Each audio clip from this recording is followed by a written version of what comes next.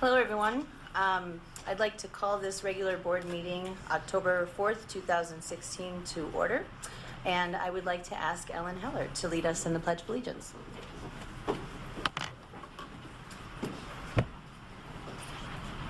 I pledge allegiance to the flag of the United States of America and to the republic for which it stands, one nation, under God, indivisible, with liberty and justice for all. Go.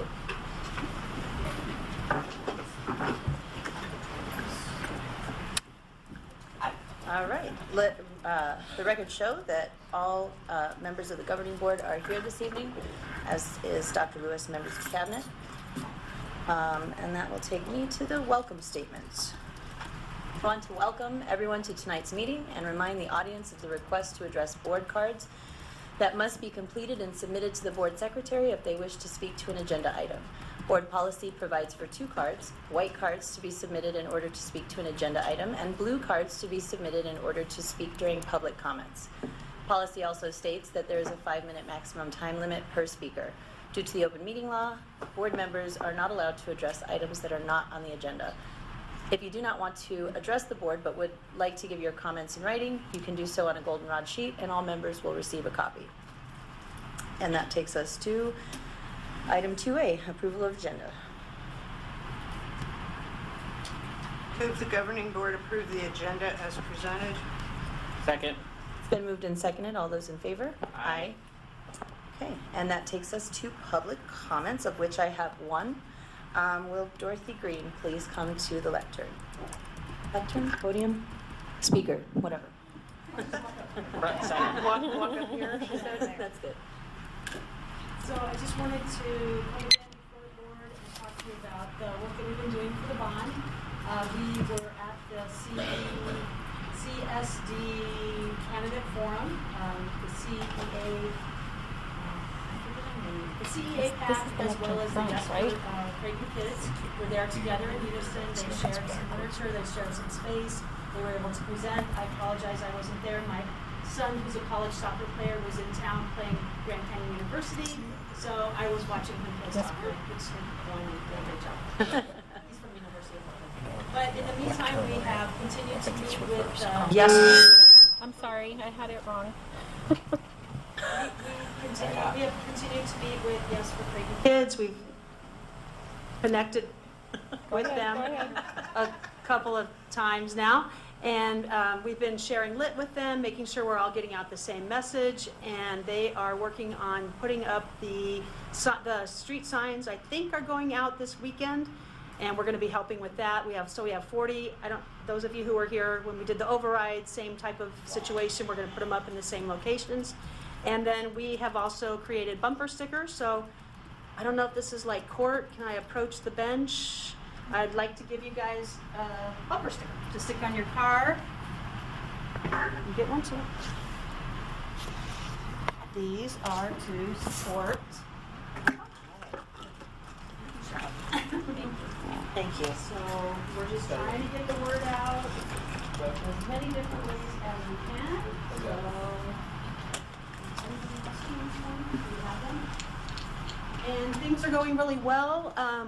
We actually met with Dr. Lewis and got some ideas about how to address some of the concerns that some voters have had when we've been knocking on doors. Thank you very much. Those have been working. So we have taken that information out to the voters and things are going well. We're having good conversations for the most part. And seems like, I don't want to jinx anything, but it seems like things are leaning positively. So we're very optimistic. Thank you. Thank you, Dorothy. I'd just like to add thank you for renting the space and for seeking the facts from the administration. Okay, that takes us to our superintendent report. Well, good evening, Madam President, members of the board. I'm happy to report that the Phoenix Union High School District continues to partner with us beautifully through our collaborative effort called Thriving Together. We've had an interesting couple of years where we've wondered who we are and where we're going, and we highlighted mathematical practices at Excellencia, reading practices at Papago, looked at ways to replicate. We're learning that replication is not a plug-and-play approach. to learning, that each story is its own, and how teachers grow together through the organic nature of each of their sites. So we've shifted our agenda to really hone in on the middle school transition and see what we can do to help middle school pipeline be seamless and smooth. And it is just stimulating a lot of interest in this district for our principals as we continue to playfully explore signature schools that may mirror the interest of the students' interests at the high school pipeline. So I'll tell you that Chad Gaston's doing a great job, the superintendent there, and we're going to invite him to be a member of the community council in November to share with our parents what could be for their students as they go into 9th grade. The community council was an excellent turnout. We had excellent feedback relative to the facts shared about the facility needs, and the board candidates forum. People were simply mesmerized. They listened with great intensity. So our congratulations to all 5 of the candidates, 3 of the incumbents, and 2 of those who were also choosing to run for the 3 open seats. We just recently supported the Every Kid Counts luncheon, which was yesterday, which was a fundraiser. They're such good partners with us. They help us with our backpacks for students and help us with the bicycle program for children, among many things. I'd like to give a special applause to former students, one from Loma Linda, whose name is Jackson Carpenter. He's currently a senior at North High School, and he is and he was your student. She just whispered that to me. He's a National Merit Scholarship semifinalist for 2016, which is based on SAT scores, so that's part of the Creighton family pride. So yay, Jackson Carpenter. And also congratulations to Excellencias Eli Corion. And Eli is a College Board National Hispanic Recognized Scholar. He was one of the top 5,000 of 250,000 Hispanic students who were tested. So we have 2 superstars that are seniors at North in the International Baccalaureate program right now. I'm just so proud to share that kind of news. And you know, while those 2 are at the highest of high, like Jackson's in the top 1% of over 1.5 million kids. That speaks to other trails of success that have been going on in this district for a long time. I'd also like to wish the staff a well-deserved fall break. If you can believe it already, we are at the first quarter. And so starting Monday will be our fall break, and everybody deserves it.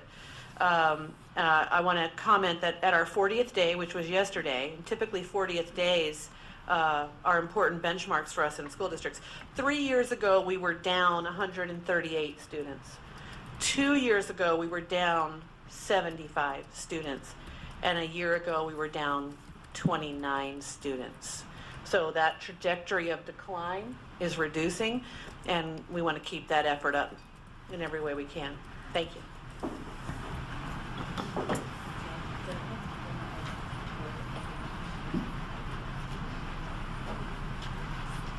First things first. Who's Yeah. doing it?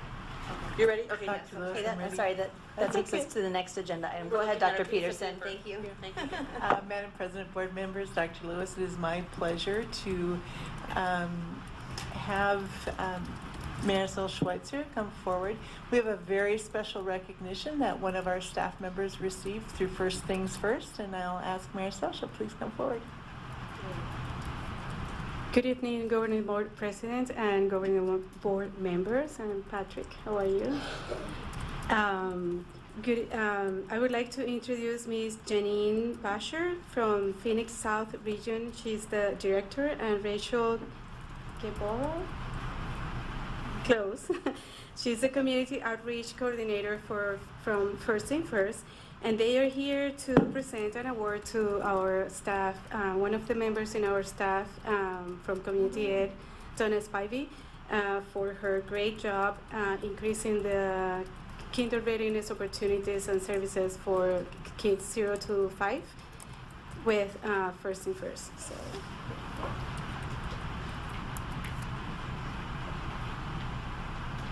Good evening, Madam President and Board. Thank you for having us and allowing us to do this. So I don't know if Donna can actually come up here with us.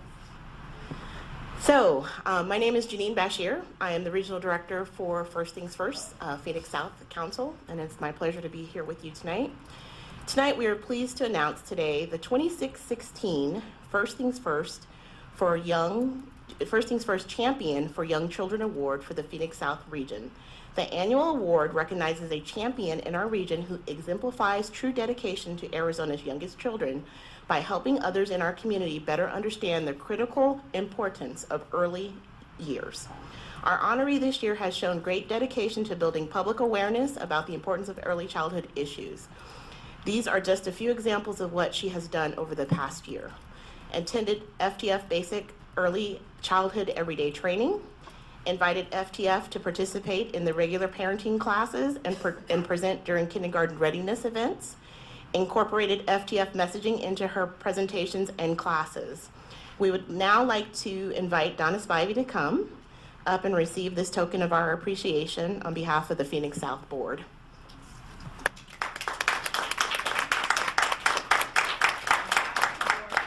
All of the children birth to 5 in our community. The Phoenix South Regional Partnership Council thanks you for being the voice of our children in Arizona.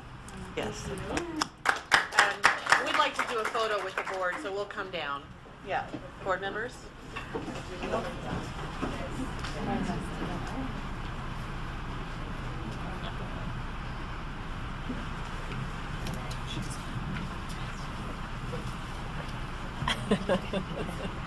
No, Pat, yours is fine.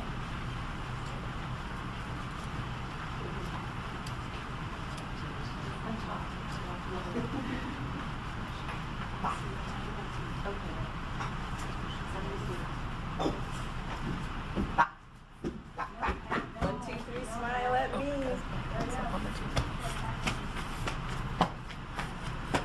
Thank you.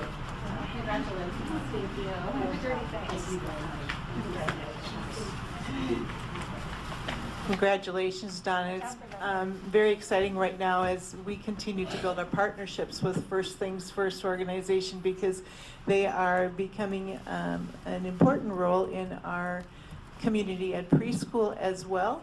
And so we are having the opportunity and privilege of having our First Things First partners being at our preschool on a regular basis. They're providing some coaching for our preschool program. They're having professional development that's going on with them, and in constant dialogue back and forth. And so we're really looking forward to continuing to build that partnership. So thank you. Thank you. That takes us to governing board reports. Ms. Sexton Ruiz, do you have anything to report? Oh, not tonight, thank you. How about you, Ms. Donna Young? Dr. Lewis mentioned the community council and the board debate, the candidate debate. I just want to say I went there, and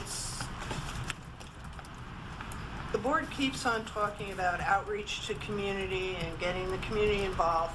At that time and that evening, there was so many people. I was so surprised, and it went so well with all the people. And so I think somehow, on some level, the community gets the idea that we want them to come to various meetings that we have, and they're starting to get that idea. And that's basically it. Mr. Zaragoza, how about you?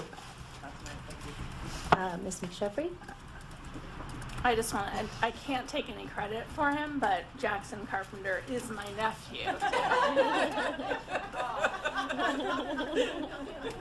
Jeannie really takes more credit than I do, because she is his teacher, or was his teacher, so. But that's not my board report. I just want to let everyone know that October 1st, SRP opened up 2 grant opportunities. One is for $5,000. Any school in Arizona, or well, in Phoenix, in most of Arizona, I guess, is eligible for it. There's a $5,000 grant for math and science, and then a $2,500 grant for social studies.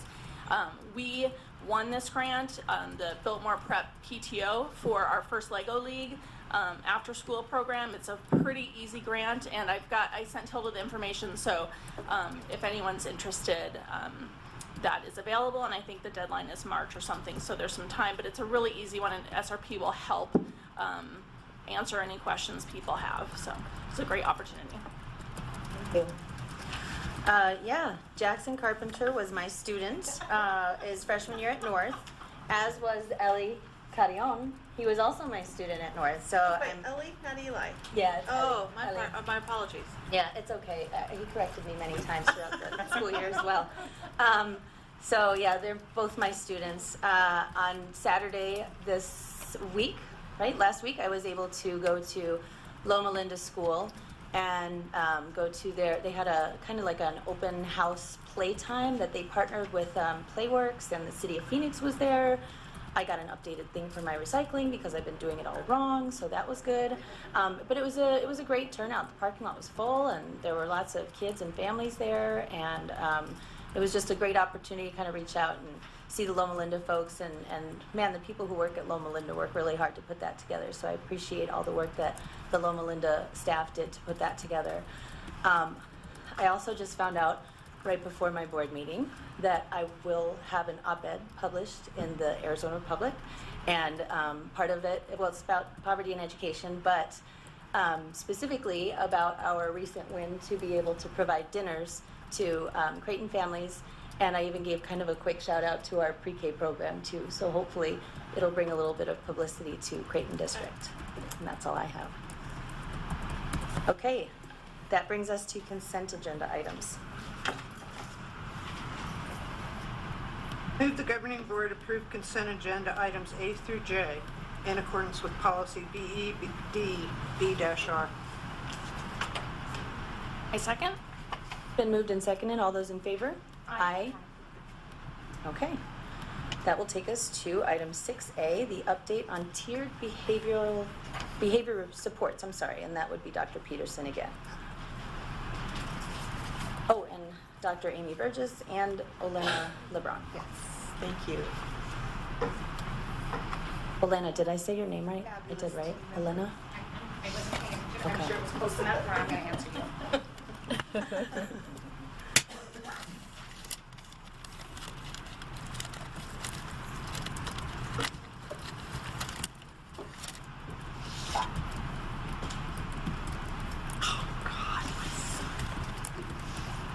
So, last year we began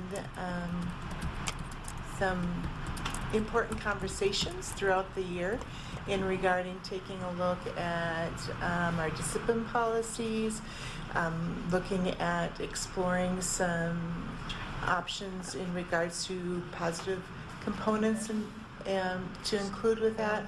And so tonight we want to come back and just share what are some of the things that we've done, as well as, because of our work last year, what are some of the impacts that have already taken place, and then move to, so what are our next steps?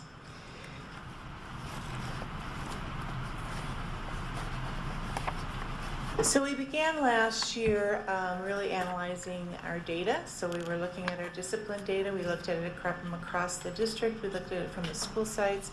We looked at it by ethnicity. We also looked at it by category of whatever the infractions were. And from there, we really took had discussions about what are the positives and what are our areas of need within this realm of school. So one of the first things that we really began wrestling was the parent-guardian responsibility form. And each one of you are being provided right now with strikeouts and colored fonts on where adjustments have been made. What we need to share with you is that as we work through this, we realized that we could make some adjustments this year, but we need to continue having conversations about this. So the big pieces for you to note that are different from this year is instead of mandate, you'll see the words may. Also, to a part of it was the form really looked at students being connected in grade bands. And so for an example, if we're looking at a student who is 6th through 8th grade, and looking back at infractions, they could technically by this form go back to 6th grade and include them. Where now we're saying is, let's look at a year as a fresh start. But also too, it might be where we look at previous infractions to see if there's a pattern that can help us recognize what kind of interventions that we could be putting into place because we're seeing a pattern. So those are two really big changes. And the other piece too is under the expulsion section, the last section with the bullets, is really looking at, instead of shall be mandatory, shall be considered. So these are possibilities, but we know that each child comes to us with different mitigating circumstances and those types of things that we need to be thinking about as we are making some of these decisions. So those are the big shifts that have been put into place for this year. But then again, we'll be bringing it back to discussion tables at the assistant principal meetings, at our leadership council. And also we have a tiered behavioral support committee, and we'll wrestle with that at the committee as well. Sure. On this, I'd just like a little bit of clarification. You have dangerous instrument other than a deadly weapon. It's a second suspension for, under the expulsion thing. Yes, the second suspension. Could you give me an example of a dangerous instrument that's not a deadly weapon?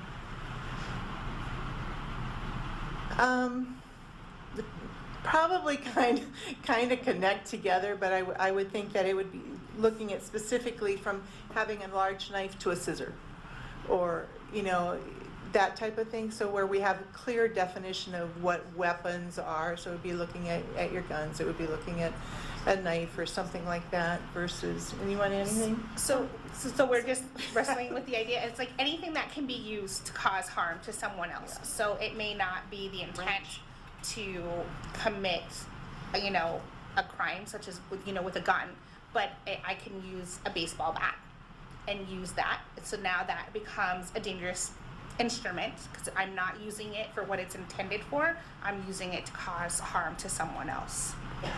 Okay, so. But what I would also. It kind of confuses me because then,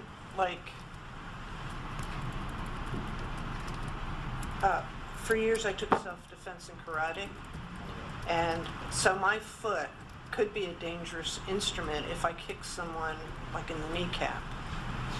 But and your point is exactly why we need to continue to wrestle. It's kind of ambiguous to me, yeah. Because if you'll notice, where we talked about under the section, it's midsection under the long-term suspensions, and we started grappling with what fighting is. Yeah, and it could so be we're fighting, starting to, but it yeah. could be a dangerous instrument. Yep, so that's why we needed to bring this back and to continue to have discussions to clarify with it. Okay. Well, and I appreciate the distinction here that instead of shall be mandatory, shall be considered, especially given what Donna brings up is a possible ambiguity. It just, I think, gives us a lot more leniency and discretion, which I appreciate. Thank you. Absolutely. We have a lot of work left to do on it, but we felt that we made some good progress that would allow us some flexibility within this room. So after that was done in the spring, so then the next step was to have all of our assistant principals attend the Leading Change Conference, and the reason why that was selected was Dr. Ruby Payne was there, and Anthony Mohammed, which are both very key research that we need to be considering as we're moving through this process. So they all attended that together. Then we also school-wide reflections on proactive versus reactive behavioral interventions, and then the one piece that in starting back up this year, I asked all the APs if they could please send me a comparison from last year's first 6 weeks to this year's first 6 weeks. recognizing that, as the year ramps up, incidences also ramp up. But between last year's first 6 weeks and this first 6 weeks of our school year, is our suspensions are down 50%. So we're going to continue working together so that as we get to that third quarter, we're ready for all that anxious body work that's happening in the schools, that we have a tendency to see an increase. But I thought that was very exciting, and was very proud of all the schools and their work together on this. And I've asked Amy and Elena if they would both share, because they were part of the journey all last year, and we have all the schools are working to some degree on different areas within that positive proactive piece. But I asked Amy and Elena if they would be able to share specific what's happening at LCK and Creighton that they're doing differently this year based off of our work from last year. So I'll turn it over to them.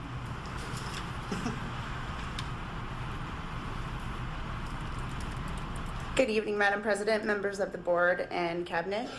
So over at Larry C. Kennedy, sorry, I'm going to use the clicker, and I'm not sure which one. Thank you. So at Larry C. Kennedy, we realized there was a big need for change. We surveyed our teachers, we surveyed our students, we looked at our discipline data, and we saw that there was a really big need for change at our school. And we looked at the data, and so the safety committee kind of branched out at my school, and they came up with the Choices program, because we firmly believe that that anyone at Larry C. Kennedy School, any member there, has choices. And so we came up with each characteristic of it, defined it, taught it, are still in their learning phases of it, but these, where we have our PBIS rules, are be safe, respectful, and responsible. These are expectations for anyone on our campus, whether you are a teacher, you're an administrator, you're a parent, or a student. These are the expectations we hold true for you. Well, this was a new process. We also still realized that there was still a need at our school. And so we set up some criteria for what were the specific needs based upon our staff, based upon our students, and based upon our discipline data. And we set up some criteria, and we examined some highly researched programs, discipline models, and the committee examined a bunch of different ones. We visited different sites, we participated in webinars, and we were able to look at different programs, and came to the conclusion that conscious discipline was the only one that met our specific needs as a school. And so that was kind of how the process has changed at our school. As you can see, these are some of listed up there and in your presentation. Those are some of the big pieces about conscious discipline. But the biggest change at our school, it's not so much of it's a big culture shift. It is for our students, but it really is for our teachers and any adult on the campus as well. It's how we talk to kids, understanding how the brain is developing and where they are at, and how we can support them and transition them through. And the biggest need our teachers said was that I need something to teach my students. Something for conflict resolution, or something that's not just a one lesson plan, but I need a process for teaching things. So that was a big part for our school, is the conscious discipline, is learning pieces about teaching students how to problem solve or having class meetings. It's a process, not just a one-shot lesson planned. And so we're seeing a positive culture shift. It's slow because we're in the very beginning stages of it, but it's very exciting to see the changes at our school. Madam President and board members, at Creighton, we have kind of taken some readings that our principal has done on leverage leadership and specifically on student culture. And we've kind of embedded that into our continuous improvement plan. So really looking at what is the student culture at Creighton and what can we do to enhance it so our students take more ownership of the culture of the school besides just coming to school. So one thing that we have taken on this year is we're going to have a monthly Student of the Month and Creighton Creed Awards. Student of the Month was normally done done within the classroom.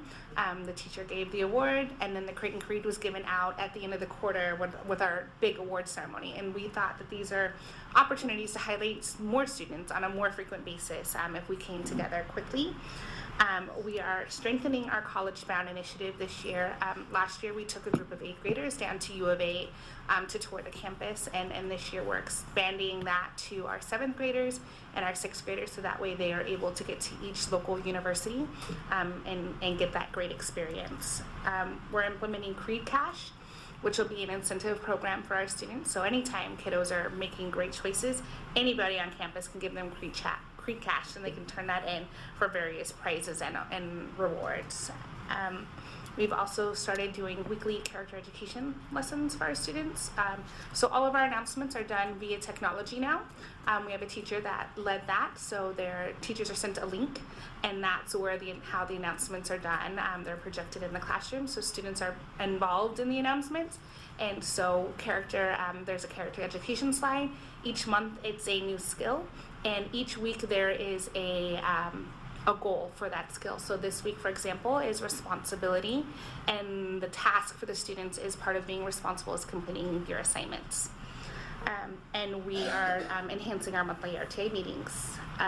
So there's just, with all of the trainings that we've been through, there's kind of been a mind shift on discipline and really looking at providing students the individual opportunity to work on that student, and realizing that discipline for one student may not work for the other student, and it's not a one size fits all. So kind of really individualizing the plan for the student and helping the teacher do that, so that way they're successful. So with that, it's more of a decrease on emphasis of suspension. It's more of a increase on, well, what can we do? What can we do differently? What does this kiddo need that we're not providing? And then we are also looking at researching best practices to see if there's a love and logic, a conscious discipline, if there's something that will fit the needs of our students and our staff. So next steps for all of us APs are to participate in restorative practices training. I think we all kind of have our own definition and vision about where that goes, so getting us all on the same page is going to be really neat, so then that way we're kind of all functioning on the same pace.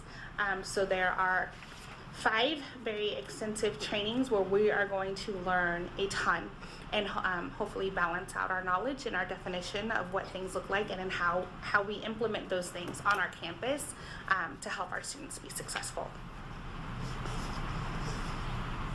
Excuse me, I'm sorry. Are you getting an outside trainer or someone from the school training as a trainer on these? So Dr. Peterson has arranged for an outside trainer to come in, and the purpose of the modules is for the APs to become trainer of trainers, so that we can go back and train our staff and put some things in place. Thank you.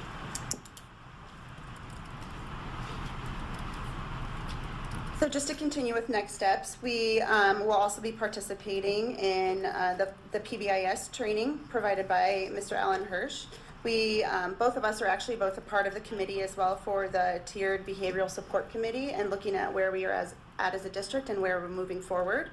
We'll still continue to revise the Parent Guardian Responsibility Form, and we're also exploring other opportunities, so things like mindful philosophy, the conscious discipline, character counts, and peer mediation.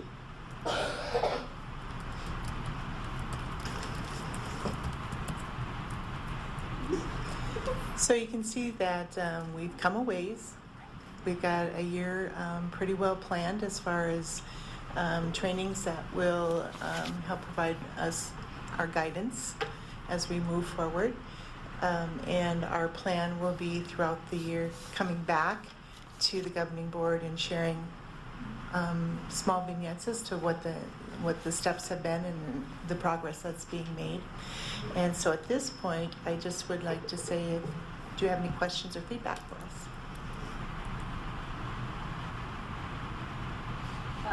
First of all, I'd like to just say how much I appreciate how, like, this for me is so exciting and just a huge part of my own educational philosophy, and just the work that you guys are doing makes me so happy and so proud to be a part of this board and just thank you. I like how thoughtful and methodical you're being about this, because it's not a quick process at all, you know, and you guys know that better than anybody else.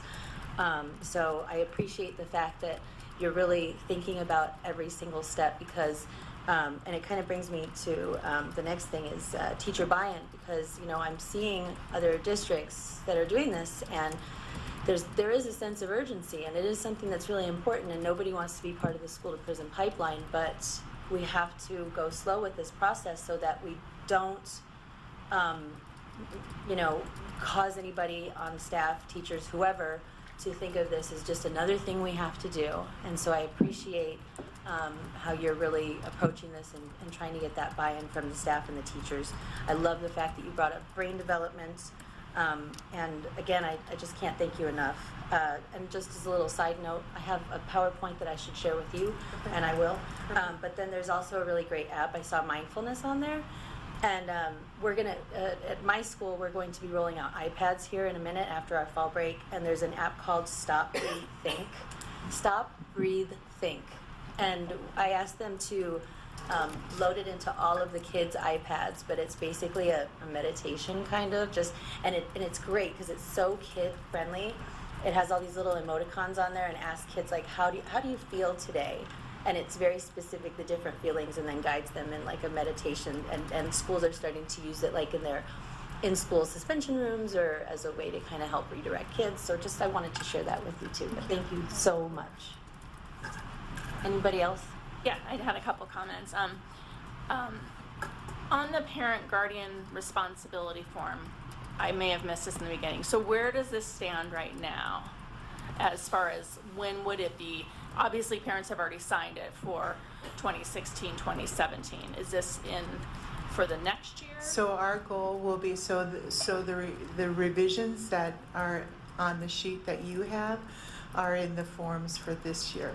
So now as we move forward and continue to discuss it and see what other revisions need to be made, our goal would be to then have that final copy ready to go for next school year. Okay. And so just looking at it just from a parent's viewpoint, I mean, I think what the dramatic change that you made is exactly, I think, what we were all wanting, which is that may result in conversation, and that changes everything on this page.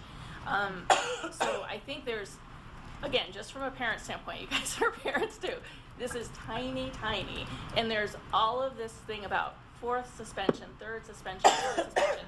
That's sort of all negotiable now when you add the may part, I think. And as I recall, I think we had like 40 pages of things assigned. So it's flip, you know, we're not reading this. And we don't, most parents, I think, don't think their kids will be suspended.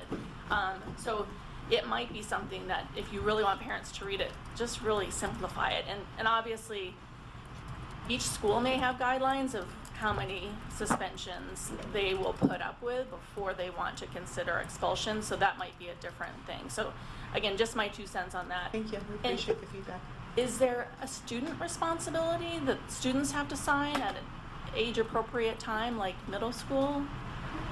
I do not know of any. Well, in my experience, in middle school, they'll have oftentimes like a month or 2 before promotion, all of a sudden there's kind of a student responsibility form, right? And you don't get to promote if X, Y, and Z happen. But in my experience, So I think that this form is used in several ways. So if we notice a kiddo is having a lot of infractions, so then we bring this out in the conversation. So remember at the beginning of the school where you and your parents sign this form saying, these are the things that we expect you to do. We teach to this. We also use the handbook that has a lot of those rules and things laid out, because at the beginning of the year, we're just signing. As parents, we're signing everything. Why? Because we want to get everything done and get it turned in. And so we realize that, and so we bring these pieces into our conversations with parents and students as deemed necessary based on the situation. So that way everybody has a good reminder of what the expectations are. Okay. Then I know at some point we wanted to add some sort of restorative justice language into either this part or somewhere in there. I was looking at the discipline policy today, and it does look like this is where the mandatory expulsion lived. But if we have anything in our policies that contradicts this, we probably just want to double check that. Yeah, I also think too is as we progress through the year and we continue to be working on these, I think that that's when we'll be looking at our other policies and bringing them in and doing comparisons between the different policies that are connected. And then we can, so how do we tie everything all together? The other thing that's I think is important as we look at developing systematically these processes, it's really important for us also to remember that schools have different nuances. And so as LCK looked at their pieces and they determined conscious discipline was aligned to, we have to make sure that we allow for that fluidity as well as that systematic. So just another piece.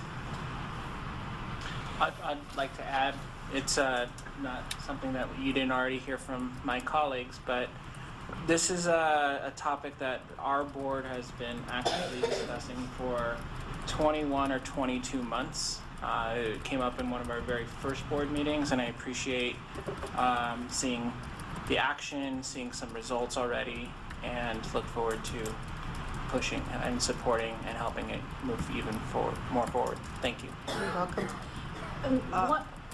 Go ahead, Ms. Allen. Okay. Jeannie kind of touched upon it with the staff and all that.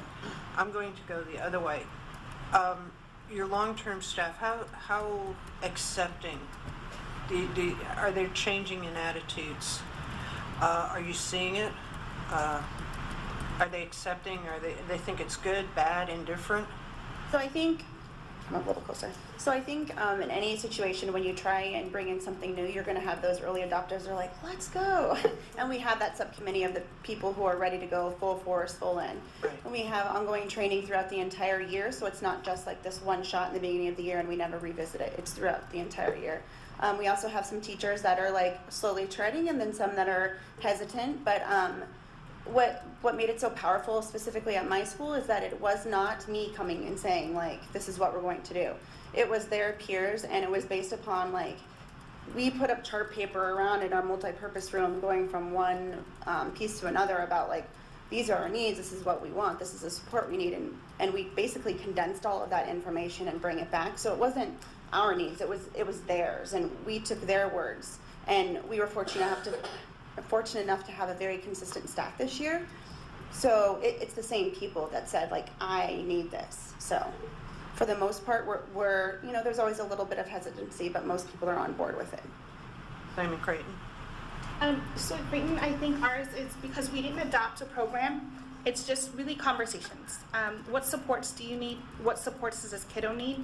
And really taking time to have those conversations. So then that way, because support to one teacher versus another teacher can be two different things. And so really looking at what support do you as an individual teacher need, and then what support does this individual student need, and then matching those together and the constant check-ins and the constant conversations. So because we haven't adopted a program, it's just kind of a philosophy shift about how we're doing business. So we're doing a lot more conversations in lieu of a lot of suspensions. And most important, with nationally, the statistics state about 5%, you'll have about 5% that will be expelled, 5% of your students. Creighton, last year, maybe we had 1 or 2 students, 1. Okay, I wasn't off that much. Memory's not going yet. Which is quite lower than the national average, which is grand. But with this change and all that, both schools go up to 8th grade. The more seasoned students, the ones that are in 6th, 7th, 8th grade this year, how are they responding to this change? So I think it's an individualized level, and right now the shift isn't with the kids, the shift is with us. It's with our language and how we're speaking to them. So they don't know what we're doing, but But the language that we're using, so you can see kind of the way that we're speaking to them is having an impact in the way they respond to us. So that's where the big shift is right now, is with us, not the kids. I would ditto that. It's the language that we're using, so. And tone. Those behind closed doors conversations that we're having about what supports do you need, what supports does this kiddo need, we really start to have some really targeted conversations with students, and I think that we're not speaking in generalities.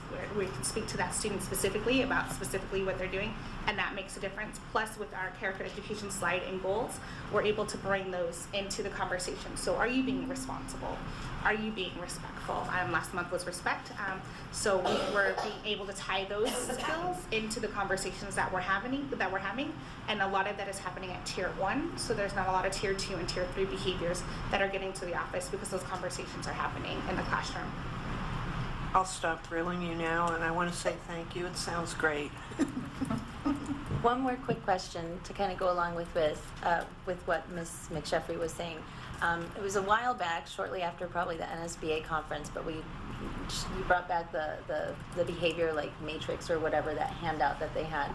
And I don't know if that was provided with you. It was from the Syracuse Public Schools, but they had a really kind of handy, color-coded, they had like a full discipline manual or whatever it was that was lengthy, but then they had almost like a trifold pamphlet with basically everything that's in here on a chart where you can see what's going to happen. So just something to maybe, for the future, because that's a long, time. Like a flow chart? Yeah, like a flow chart basically of what would happen if kind of thing. And that may be something that's easier to read instead of like this whole 6-point font thing, So just something to think about in the future. Like the little kids have, red, green, yellow. I mean, they all understand what that is, but I think when you get to middle schooler, it's obviously more complicated when the infractions are more serious. So yeah, that was a really easy thing for parents and students to just understand clearly. Yeah. And I think if you go to the Syracuse Public Schools website, you can find that stuff and, get it, print it, whatever. Yeah. Thank you. Okay, thank you.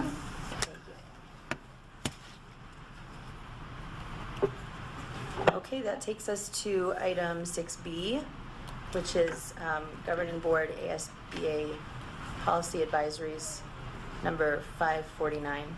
Dr. Peterson's going to introduce to you specifically the shifts that ASBA has recommended. You'll notice the next agenda item is a compilation of many, many policy tweaks that have been made by ASBA, which we will later recommend that you approve because they're minor. But because we knew this conversation would be stimulating, we wanted to, and because this particular policy had many large-scale shifts, we wanted to pull this one out explicitly for your greater understanding. So, Madam President, board members, what we'll look at first is policy JK, student discipline.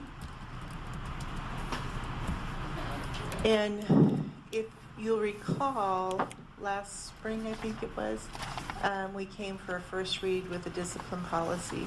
And then the next day, we got this revision which had so much taken out of it. And what's been extracted has been the components that deal with restraint and seclusion. So those are the biggest shifts that are happening in this policy.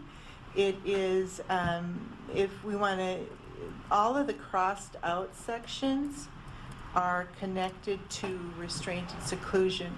There are a couple of additions. If you look in the second paragraph, it has included disability as another piece that cannot be discriminated against in regards to, previously we had based on race, color, religion, sex, and now they're adding disability. So that's just a little inclusion. But the rest of the pieces, all of the strikeouts are connected to seclusion and restraint. And the purpose for that is to totally remove that from discipline, because when on the rare occasion that would need to happen, it would be based off of safety. It would be safety of the child or safety of those around. It would not be used as a discipline format. So that's why that's all been stricken from the policy. Is good. Yeah, that's how it should be. Correct. Okay.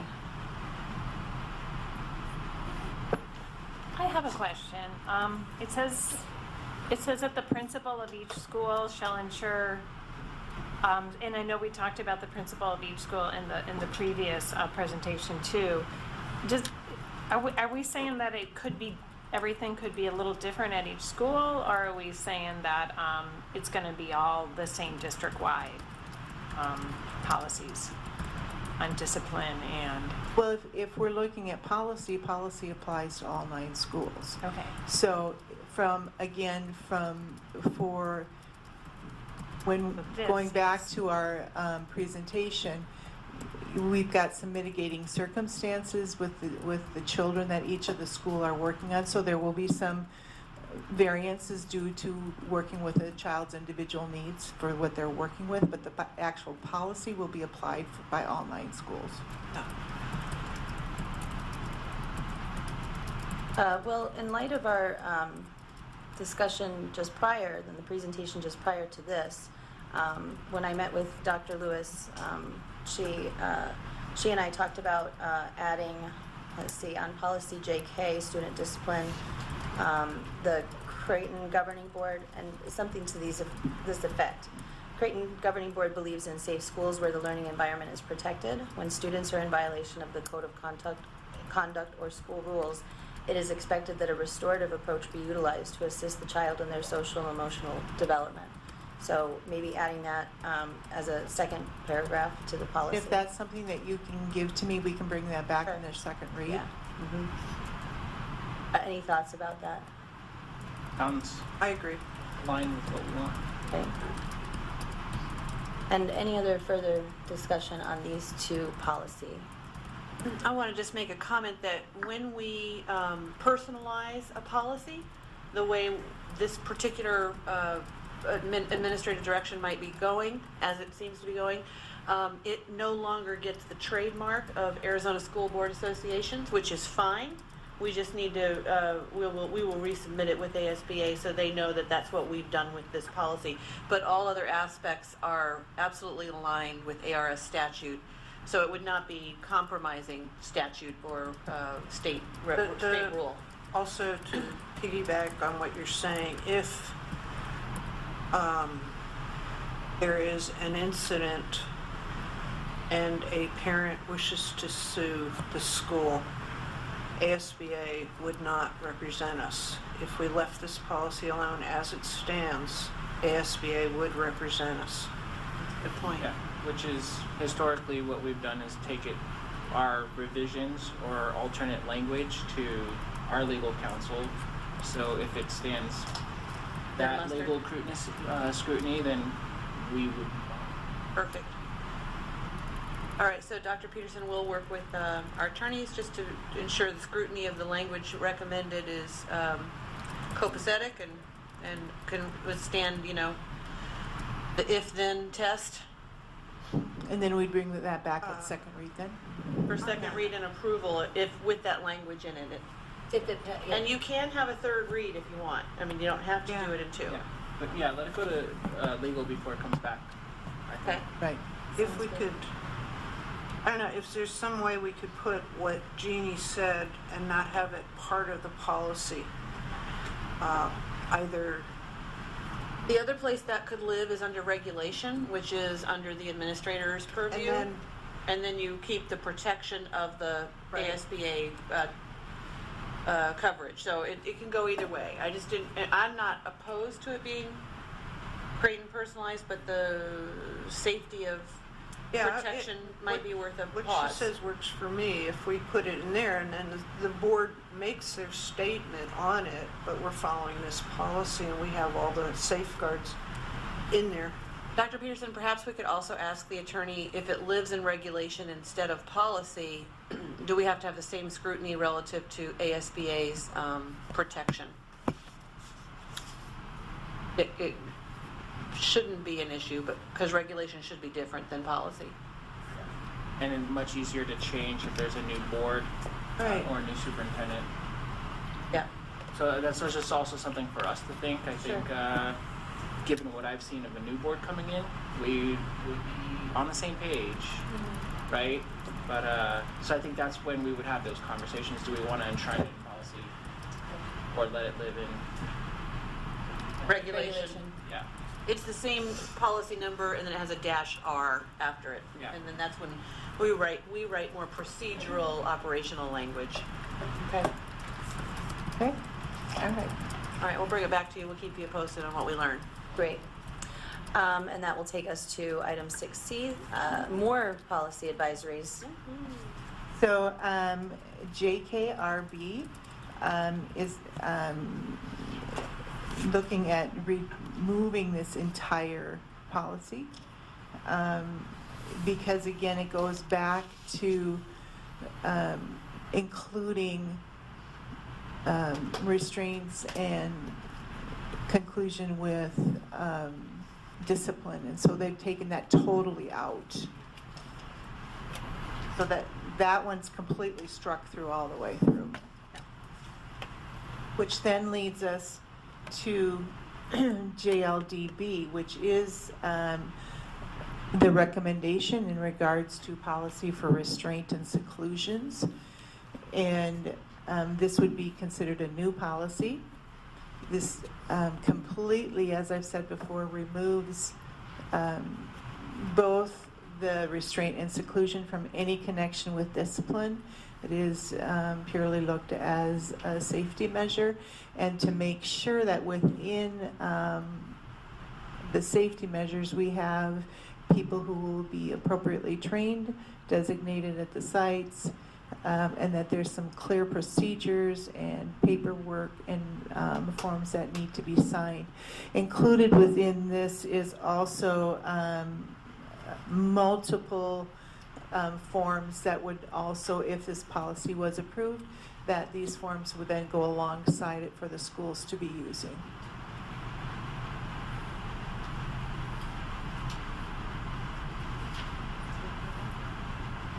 Okay. All right, so that takes us down to business and plant. 9A, presentation and approval of annual financial report for fiscal year 20. On C, we didn't really go over all the policy changes.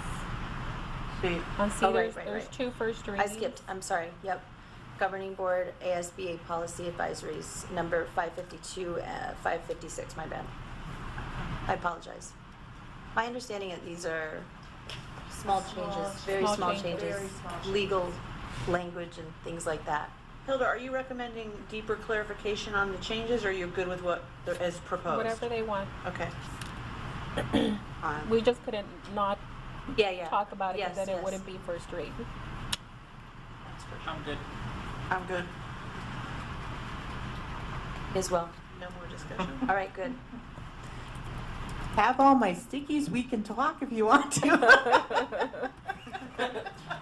Ready. Save those for second read. Yeah, save this for a second. All right. Please email me before that. Now we're on 9A, presentation and approval of annual financial report for fiscal year 2015-16.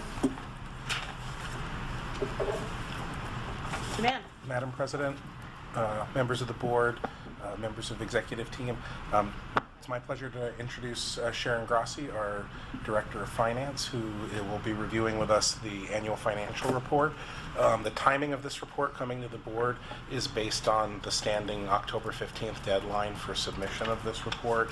And basically the presentation is data that aligns with paperwork that you've been provided for the board's execution, which is this kind of set of ledger sheets with all the tiny numbers in it. So, and with that, I will turn it over to Mrs. Grassi to walk us through the annual financial report. Good evening, Madam President, governing board members, Dr. Lewis, executive team membership, colleagues and guests. This is our expenses for the previous year, so we're looking at the annual financial report, basically how we spent our money for Creighton Elementary School District last year. Starting with maintenance and operation, this is our Fund 001. This is our primary funding source for our school district. You will see that we spent $18 million in classroom instruction out of the $32 million, almost $33 million for the year. That's about a 55% in classroom instruction. That's including teacher salaries, teacher benefits, anything that's directly instructing the students. We'll see that. And then you'll see the breakdown for the other areas, general administration, school administration, physical plant, the other areas. This is just a pie chart showing that differences. So again, you're seeing the major expenses in the instructional area. Again, that's where we want to see the expenses, is going directly to the students. Expenditures by program, our regular education students, we spent 26 million for our regular education students, for about 79%, special education 15.91%, and transportation. So you'll see that breakdown in there. And again, just the pie chart showing that. So again, our primary source is going to our regular education students. By object code, again, primarily salary and benefits typically runs between 80 and 90% for school districts. As you can see, for our maintenance and operation, our salaries was 65.15%, benefits was 20.72%, and then the other areas, purchase services, which is anything that's going for hiring someone to be a consultant to come into the district, if we are going to training, workshops, things like that. Supplies or anything, any supplies, pencils, paper that's going into anywhere, the classrooms or into the principal's office, wherever, and then just the other areas, which could be dues and fees, things like that. And again, the breakdown. So again, primarily, you're going to see salaries and benefits is going to be our primary expenses for the district. Prop 301, this is our classroom site fund. Again, this is primarily for teachers, for increases and salary to keep maintain teachers. So we use this for them and for performance pay. So salaries is 1.9 million, 78.59%, and benefits for a total of 2.4 million last year out of the Prop 301 funds for our teachers. Our capital outlay funds are unrestricted. We spent 2.5 million. This is going to be our license fees, furniture and equipment, our one-to-one technology items that we spent for the children, those type of things. Adjacent ways, we spent 319,000, and bond proceeds 2.1 million. That's just finalizing some of our bond projects that we've had throughout the district. Bonds outstanding, we had 26 million, and June 30th of 2015, we redeemed 4.7, so we're down to 21.575 as of June 30th, 2016. And that's just showing our bond debt service. Federal and state funds, this is decreasing a little bit, and it'll probably decrease more, but we did spend 6.64 in federal grants and 635,000 in state grants. Again, that helps us in our classrooms, helping our students, for a total of 9.2 million, almost 9.3 million. Other areas, we had food services, 5.499. Hopefully we'll see an increase in that in this year with some of the additions that we are bringing on board. Indirect cost, this one we are spending a lot of money due to not getting as much funding in some of our other areas. We've moved some expenses into here, so we're up to about $1 million in indirect cost. We did spend $1 million last year. We're looking at this year. That will decrease as time goes on. That percentage changes between the years, so we'll have to look at that. Instructional improvement, 211,000, tax credits, gifts and donations, student activities, and civic center. Those are our primary funding sources for other items for our students. And then our expenditures per student, just based on our primary areas that we spend, maintenance and operation, we spend about $5,388 per student. All the way down to state programs, we spent about $104 per student, for a total of $7,764 per student. And that is basically it for our expenses for last year. Any questions or concerns? I have a question. Yes, ma'am. On page 8 of 9, I think it's 8 of 9, yes. Tuition to private schools, are those for the children that we cannot meet their needs, so we have other schools that we have to pay tuition to? Yes, ma'am. Those are going to, I believe, ACES and some of the other areas. We are looking at that this year because that is costing us quite a bit more. So we are looking at that with our new special ed director, bringing her in and trying to bring those services in-house so that we can help those students within our own district. Are you good, Ms. Young? Well, Did that answer your question? I'm sorry, I didn't mean to That- interrupt. Yeah, I have another question. Okay, go ahead. It's just a comment with the amount we spend per student. I've been reading a newspaper from where I grew up, and the school they had broke it down how much they each spend per student, and we're at 5,000. They were at 12,000. It's like over twice as much per student in other states. Yes, ma'am. Like Well, and if you ridiculous, look I'm at sorry. if you look at our comparisons, again, we're 48th, 49th, 50th out of the states. We've been down there for quite a few years. Probably 15, 20 years ago, we were around 35, 37, and we've just dropped in the last 20 years. So again, that's where we need to go to the legislatures and say, hey, look, this is what we need to support our students. I know they are looking at the special ed needs. They're wanting to go out and do another cost study because again, we're looking and saying, wait a minute, our special ed students, it costs us so much more than what we're getting for this funding. So they are looking at those weights and trying to see what they can do to help us with those weights.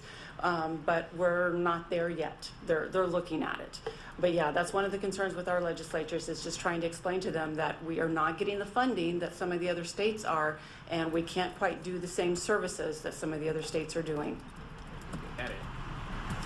They just don't want to. The legislatures get it. Some of them do, some of them don't. I don't think it's an understanding. I think it's a caring problem. Okay, Well- I'll stop.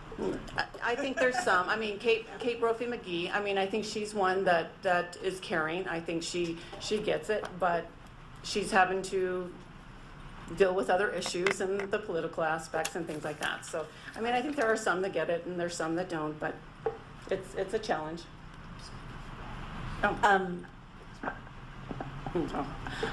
You mentioned when Ms. Young asked about this private school tuition, and I actually am not 100% clear myself on ACES as far as, I understand that it's an alternative placement. But I don't, but could you make, like, are there several throughout the valley? Because I know in Isaac, we also, when we have a child who we can't serve that, and I mean, really, it's like behavior issues usually. They end up going to ACES and then coming back. But just thinking about our earlier discussion, I want to make sure that ACES is aligned with our restorative policies as well, because my understanding, and correct me if I'm wrong, but ACES is more of a kind of like military kind of environment, is that? I can't address that. I don't know from the curriculum or the special ed side. I'm just saying for the financial side, this is where we've spent our money, is these different areas. I would have to pull up probably Dr. Peterson and Ms. That's the Hartsoff. topic if we're on the annual financial report. So Oh, okay, So I gotcha. Okay, thank you. All right, so just, it's something that I can find out for myself as well, or Yeah. Dr. Lewis can always email it to me. Come in and talk to us. Okay, all right. And I just have a question about, are there any big differences from this year compared to last year? It sounds like the indirect costs were one of the things that you mentioned. Indirect costs seem to be a large increase just because we moved more expenses in there. Again, seeing that we're reducing in other areas, we're not getting the funding source in other areas. Our overall M&O was a little bit higher, but not much. Due to our 2.9 override, we were able to maintain our needs and capital. If we had not gotten that override, then that would have been a challenge. We did go from a 10% to a 15% M&O override. Again, that helped us a little bit. So we did have a little bit of increase in M&O. So you'll see a little bit in there. Our federal and state projects probably reduced a little bit. I didn't do a complete analysis between, the exact funds and things like that. And we are hearing that that's going to decrease again this year. So we're anticipating that. We haven't seen any allocations for this year, but we're anticipating those. So again, that's where we're looking at is some of these other areas. Do we need to move some of these expenses? And how can we maintain what we've got based on our expenses and our history in the funding sources that we have? And so indirect costs, can you explain again what what all is in there? It's $1 million. Indirect cost is basically a percentage that we can take against grants and against food service. What happens is because we cannot charge them directly for a building, we cannot charge them directly for my salary, we cannot charge them directly for HR services, so it's called an indirect cost, and we get a percentage from the state based on our student count and other information. And on that, on our expenses for those, for example, food service, we get a percentage against those expenses, and we can take a draw, charge that against food service, and then move that into Fund 570, which is indirect cost, and then we can use those as we need those expenses. Over the years, those used to be kind of a savings for districts. They had built it up because we were being met our needs over the years. And then as time hit and recession hit and cuts started happening, all that, you would see a lot more expenses coming out of M&O into indirect costs just to cover the same needs. So we may have moved some salaries just to keep the same staff, keep the same teachers, keep the same human resource staff, or even my staff, just to keep those people on board. We would move some of those expenses into indirect cost and use up some of those funds. So as you see that's going to be depleted because that is a cash account. That is not a budget account. We have to make sure that we have cash in there to be able to spend those funds. So we have to really just watch those areas. But that's what indirect cost basically is. It's just being able to charge against the federal grants and food service because we cannot directly charge them for my services or for HR services or IT services. Okay. And then this is a weird question, but because we've had a neighboring school district that had, some major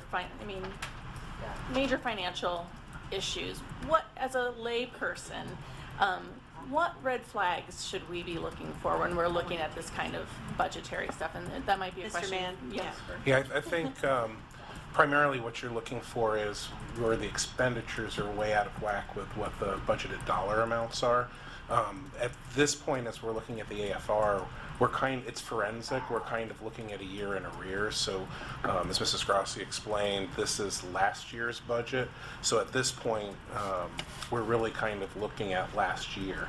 And so we're kind of beyond that opportunity to make any changes, but it's informative from the perspective of, how much money are you seeing us spend in areas, and then what is our budget looking like moving forward. The challenge for boards now, because of current year funding, is that whole crystal ball piece becomes much more difficult. Because normally by this point in the fiscal year, we'd have, as a matter of fact, if you look, if you don't mind me directing it to you, included in this report, there's a page called Summary, which is right after 9 of 9 in that front section. And if you look in the upper right-hand corner of that page, right under the CTDS number, you'll see average daily membership both for 2015 and for 2016. And that 2016 number would normally be what we'd look at to get a sense of, what our funding would be for this fiscal year, because that's last year's 100th day number kind of all worked out based on that average daily membership formula that our funding is based on.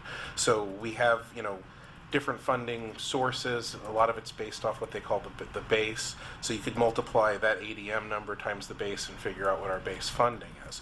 So normally coming into this point in the year for us, we've got a pretty stable number we're looking at, and we have a sense of, what we think our expenditures are going to be for the year, and that puts the board in a position from a fiduciary responsibility perspective to have a good sense of, are we on track both with expenditures and with monies that we're able to functionally budget based on what we should be receiving in funding from the state.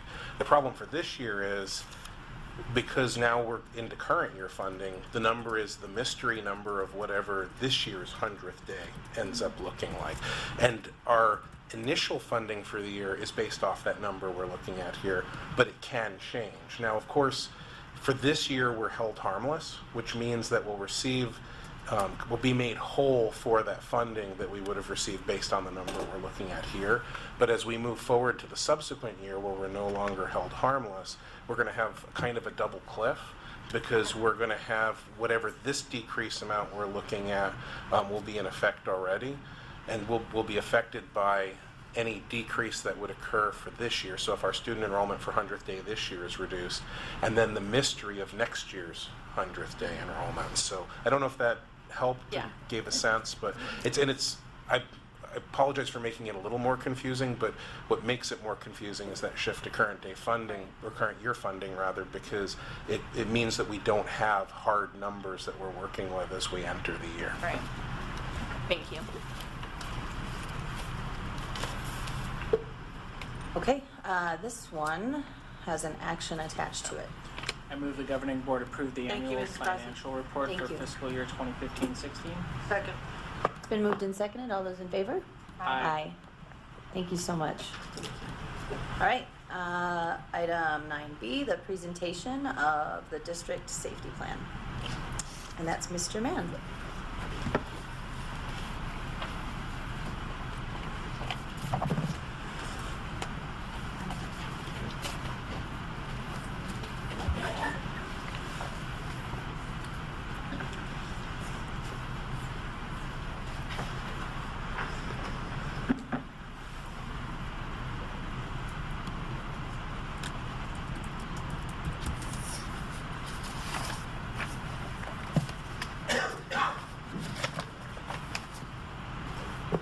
Madam President, members of the board, Dr. Lewis, and members of the executive team. This is kind of a fun one to have an opportunity to share with you, because there's been a lot of work both last school year and this school year in relation to shoring up and kind of improving safety planning for the district.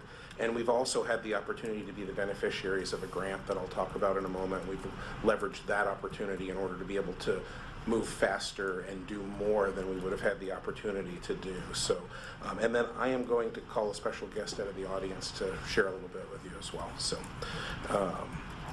I don't know how, actually it's clearer up there than it is for me, but this is just basically a safety planning timeline. So we really started this overall project almost exactly a year ago, a little bit over a year ago, in the September-October timeframe. We had gotten together for initial planning related to making improvements to our safety plan, and it was brought to our attention through Erica Lozano, who's at Loma Linda School, who had a connection with Sergeant Lynn Butcher at the Phoenix Police Department, that the state had on the table a safety grant, and there was only going to be 2 districts in the state awarded, and only one of them would be in Maricopa County. And so we really put our running shoes on, and we had a series of really quick meetings. And one of the things that I think all of us were really proud of in this grant application process was, rather than focusing on getting the grant, what we focused on was building a plan to update all of our safety plans, put practices and procedures in place, and get training throughout the district, regardless of whether the grant came through or not. The difference would be, if we received the grant, we could do it all a lot faster because we'd have money to do some of these things. If we didn't receive the grant, then we kind of had an alternate plan for, you know, how we'd continue to move that agenda along, because it was important that we improved those safety pieces regardless of whether grant funds are available. We were very fortunate and did receive that grant. The less fun part of it was there were some snafus with notification that we had received the grant, and so we really weren't aware that the grant had, even though the grant was awarded, I think, in late December or early January, we were finally made aware in February that the grant was awarded. And this is a short turnaround grant. All funds had to be spent by September 30th. So now all of a sudden you've got this crunch time from February to September 30th, and we needed to move very quickly. A portion of our plan was to send a team to Maryland for federal safety training, and then there was a snafu with that where there was a mix-up at the federal government level and the training had to be canceled. The awesome part was the 2 instructors who were going to deliver that training were actually from Arizona, and so we shifted plans and brought those instructors to us. We made an amendment to the grant to pay those instructors to come in and spend 3 days doing training, not only for Creighton, but we brought in first responders from the area, including police and fire.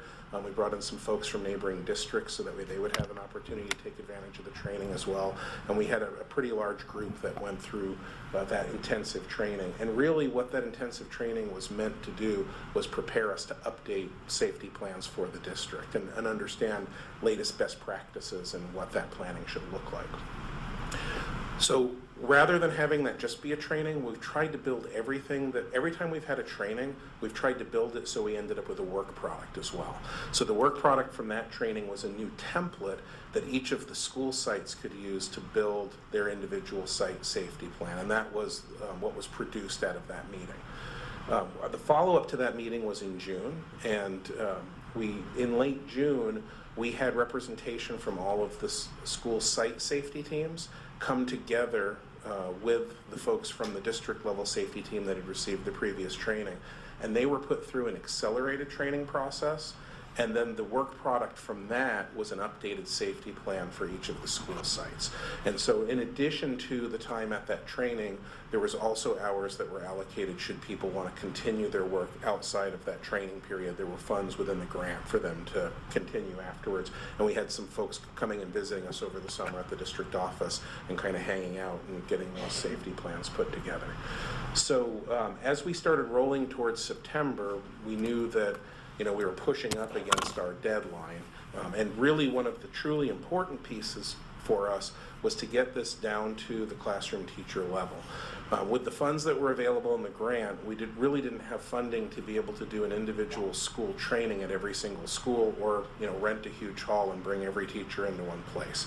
So it was determined that we would go to a train the trainer model. And again, using that same philosophy of we don't just train, we train and we produce work product. We actually brought in from all 9 sites, and actually when I say 9 sites, it's really 10 sites in all of these cases, because we also had representation from the preschool that's located here at Papago West. So those 10 sites, representatives came together. We had over 30 teachers that joined us. We brought our same trainers back yet again. With those trainers and our district personnel, what we did is we went through the process of doing an accelerated training on basic practices and processes. And then rather than focusing on the plan itself, the intent was, what do we really use in the classroom and how do we really get things done? So the emergency quick refs were really our focus. And so we had produced a draft of those quick refs based on the initial site plans. And part of the process that day, and these are unmarked copies, we have a bunch of marked copies back at the district office, and the revisions have already been entered and we're producing final copies. But I'm going to pass these out to you so you can see.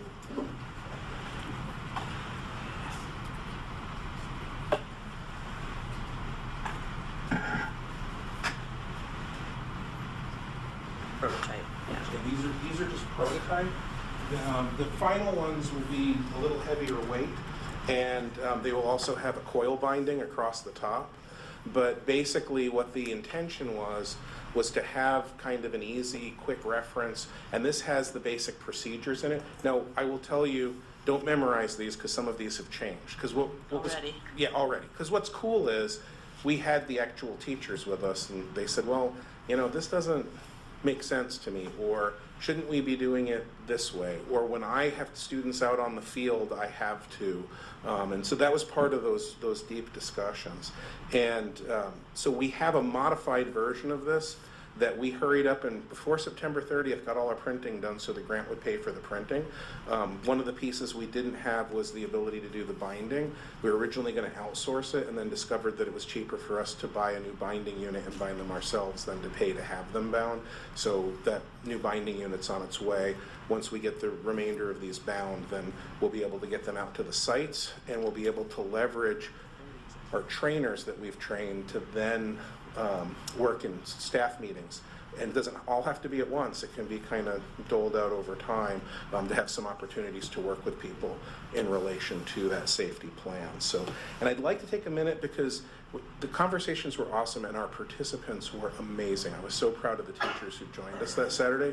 And one of the teachers who I was exceptionally proud of is Kirsten Callison, who's from Excellencia. And since she's here with us tonight, I'd like to indulge her to kind of come up and just share with the board maybe a little bit of how she felt about that Saturday and how she felt that the process. In español, worked for her. ¿sí? I'll leave that up to Kirsten. Hello, everyone. My name is Kirsten Callison. I'm a third grade teacher at Excellencia. Nobody knew this going into this, so he didn't know, but I actually came from the district right next to Newtown, which is the location of Sandy Hook School that was unfortunately had a massive, a terrible story in 2012. And so I came from right next to Sandy Hook, and having had that experience and being in the district where all the children were brought to that hospital, and having gone through something like that was not expected, kind of brought this whole meeting to a whole nother level for me. So after leaving, after having had that experience, unfortunately, and actually to your guys' advantage, not really advantage, but to show you a comparison, that district didn't change a thing after it happened. So they were reactive in terms of how to take care of those children and what to do for our students, what to do for our staff. But by the time I left, we still didn't have keys to our doors, we still didn't have bulletproof windows, we didn't have a security system, and all those three things were the first things I noticed when I walked into the school here. So having come to this meeting, I was just so happy to see Creighton take a proactive step instead of a reactive step to all this. And that this whole meeting that was set up, not one question that we had or one concern that we had about the pamphlet went unanswered or debated or discussed or just revisited. Every single thing we had a question about was discussed. And so I honestly have to say that it was so nice to have had that conversation, and to be the person behind the door with all those lives in your hands is different than having somebody tell you what the rules are, tell you what the procedures were. And I can't, it sounds silly, but the word I really want to say, it was so nice to be able to be part of that and have a say, and have you guys be so proactive in that. So I appreciate that. That was awesome. I had no idea what she was going to say, so I was hoping it was good. So thank you. But at the meeting, she really, one of the things that I really appreciate about Kirsten is she brought sort of this real world experience to the table, as did many of the other teachers. I know we had the PE teacher from Loma Linda, who very often when there's a lockdown or any other sort of event, whether it's drill or reel on the campus, was able to talk to us about, well, I used to take the kids here, but now after what I learned today, I think maybe this other location is a better place for those kids to go. So, and identifying differences between the campuses and some best practices that could be shared really happened throughout this entire process, not just at sort of this point with the teachers, but even as we had discussions with school representatives over the summer. And so I think the part that's been, I would never call safety planning or training fun, because you're always thinking about the worst case scenario, but what's been super fun about it for me is just getting all these different perspectives and having all these people involved. One of my favorite sayings is none of us is as smart as all of us, so I think the more people we bring to the table, the better product we have and the more ownership we have. So that's where we're at. Our next steps, obviously we're kind of fast tracking this quick reference sheet into production so that way we can get it out there. Trainers will share that training, as I mentioned. And then we're going to go back to those safety plans again, because what we realized is we built these charts off the plans, but then we made some modifications to the charts based on boots on the ground feedback. So we also have had some other, as we have events happen at schools and we do drills, we also get feedback about what's working and what's not working. So taking kind of all that feedback back into those plans that were built last June, we want to do one last update pass on all those plans to make sure they're fully up to date. And then for the grant, we still have some to-do pieces because there are a few other grant deliverables that have to be done by December 30th, even though the money's gone. So we'll be working to fast track those, putting together a grant completion report. And then our next steps are, we'll have sort of achieved several steps in our plan to move safety plan forward, updated safety plans, new charts. But we have other things we want to do, like improving our drilling procedures, having more external involvement. And so all those things were identified at that first set of meetings last year. And so once we get through sort of the grant piece, then the next stage is to assess what all did we accomplish within that first year in that grant period, and then what's left still to be done, so that way we can build a second stage plan where we continue to refine and improve, because ultimately you never finish a safety plan. Ours will always say draft on them because they will never be done. Every time we learn something new, we'll be adjusting and adapting and making them better. So questions?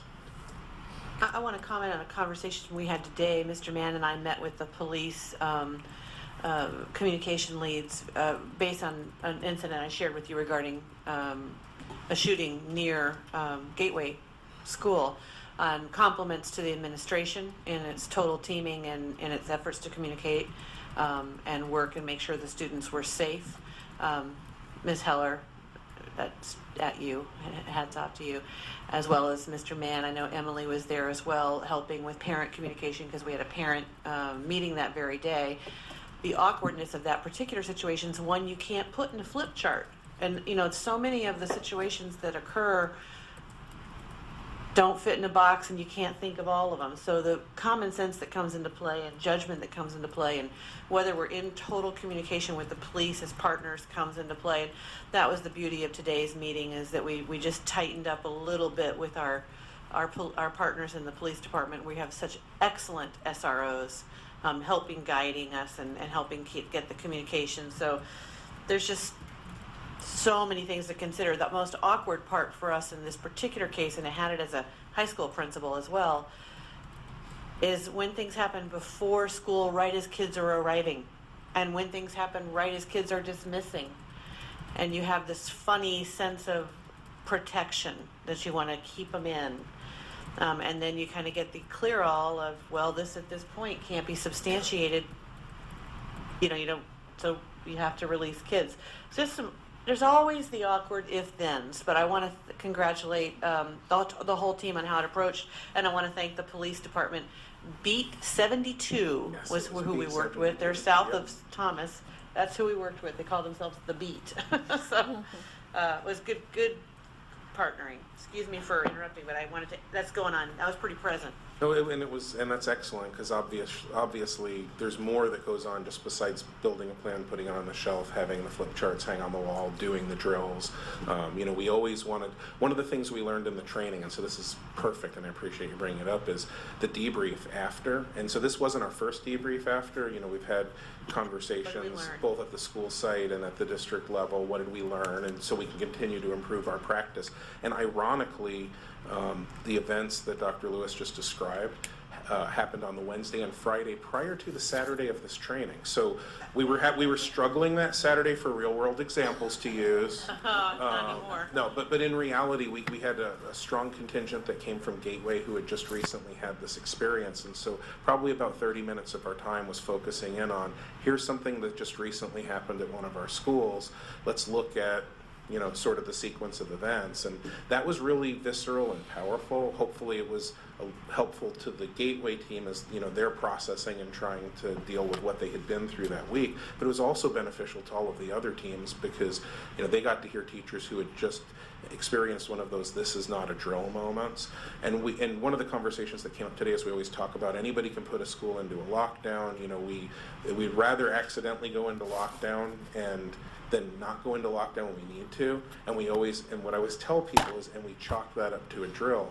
But when I was talking with Mrs. Heller, I think it was on the Wednesday one, I said, well, you know, at least you can chalk this up to a drill. And she looked at me, she goes, Jay, we did our drill on Tuesday. So, and you do them kind of quarterly, so it's like, yeah, I guess this one doesn't get you out of a drill. But the nice thing about that is when you look at our practices in district, a drill was done on Tuesday. While it wasn't the exact same thing we needed to do on Wednesday, that muscle memory, that practice, you know, is helpful when you're trying to quickly move kids into classrooms. They have a sense of what they should do and where they should be. So in a sense, that was really beneficial that it had happened that day.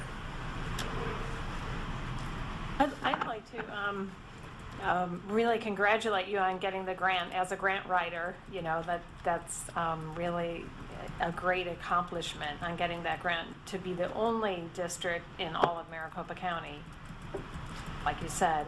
Also, with the experience that happened at Gateway, because I work at a school right up the street from Gateway, right next to where the shooting was happening, I just feel really proud to be a board member of Gateway because the school that I work at didn't do a thing. And not only did they not do a thing, they didn't do lockdown. The campus is completely open to 35th Street and to McDowell, and it just so unsafe. And I just feel so bad for the children there. You know, sometimes I'm trying to encourage them to go to Gateway and get out of the school, but but I just feel really, you know, proud in looking at the contrast of what's going on, you know, in that school and then in all of our schools. Just highly recommending our district. You could just see that we really care and safety is priority. Kudos. I love this because as a, you know, well, first, yes, it's very easy, you know, to see exactly what you need and just thinking of our new teachers, you're so overwhelmed as a new teacher. And the last thing that you need to feel really overwhelmed on is when you need to keep your kids safe. So this, I really like this, and I'm so glad that our teachers are going to have this as a quick reference guide. So thank you for all the work that you did on this. And I have to give props to Emily Wasolek, who's, you know, this was like one of the first, hurry up, make some flip, I know you're new, get us some flip charts. And then obviously Antonio in our graphics department makes doing these types of things and having them look nice a lot easier. But we also got some feedback, and another project we'll be working on is an even quicker reference chart. We're going to be designing some that can be attached to the badge, so if for some reason you're someplace and you don't have your flip chart, you've got the mini version, and that came directly out of that meeting. That was teacher feedback that they said, you know, this would be helpful to us if we could have something that we could attach to our badge. So that's, once we get these finished, that's kind of our next downstream project. Any other questions or comments for Mr. Mann? I agree. I mean, this looks great, and it's got a nice job on all of it. Thank you. Thank you all. Appreciate it. Okay, so that takes us to next agenda, future agenda items, I'm sorry. And I would like to, I've proposed with Dr. Lewis that we cancel the October 18th meeting. And I understand that there may be, we purposefully kind of tried to plan so that would be a light meeting. And I. No big heavy issues that Yeah, day. so I feel like if there are any board members, and we can't really talk about it here tonight, but if there are any board members who really want to have that meeting, you go right ahead and let Dr. Lewis know that you want to have that meeting. We're and ready. we can have it, and then Ms. McSheffrey can take over for me. Like I said, I don't like to miss meetings, but we are rolling out our iPads that night for the Isaac Middle School, and so it's such a big deal. I feel I need to be there, you know, and I need to support my principal, and I need to support my kids with all that. So that's why I'm missing the meeting. So please, if you want to have that meeting, just go ahead and tell Dr. Lewis, and I won't be there. So. Anybody else for future agenda items? Is there anything you'd like to see? You had one. Somebody had one. Amy? Bowles. Jeff Bowles. Oh, that's right. Thank you for reminding me. You're welcome. Yes, I would like a presentation from the Creighton Community Foundation. Thank goodness you're here. And a presentation from Mr. Bowles on where he is, what he's been doing, what direction he's going, and how the board can support him. Move to adjourn. Second. It's been moved and seconded. All those in Moved favor? to Aye. Meeting adjourned. You thought of it when you did. I know, right? Don is on top of it. Here, Mr. Mann. I'm sure you don't want us to take these. Right. Yeah.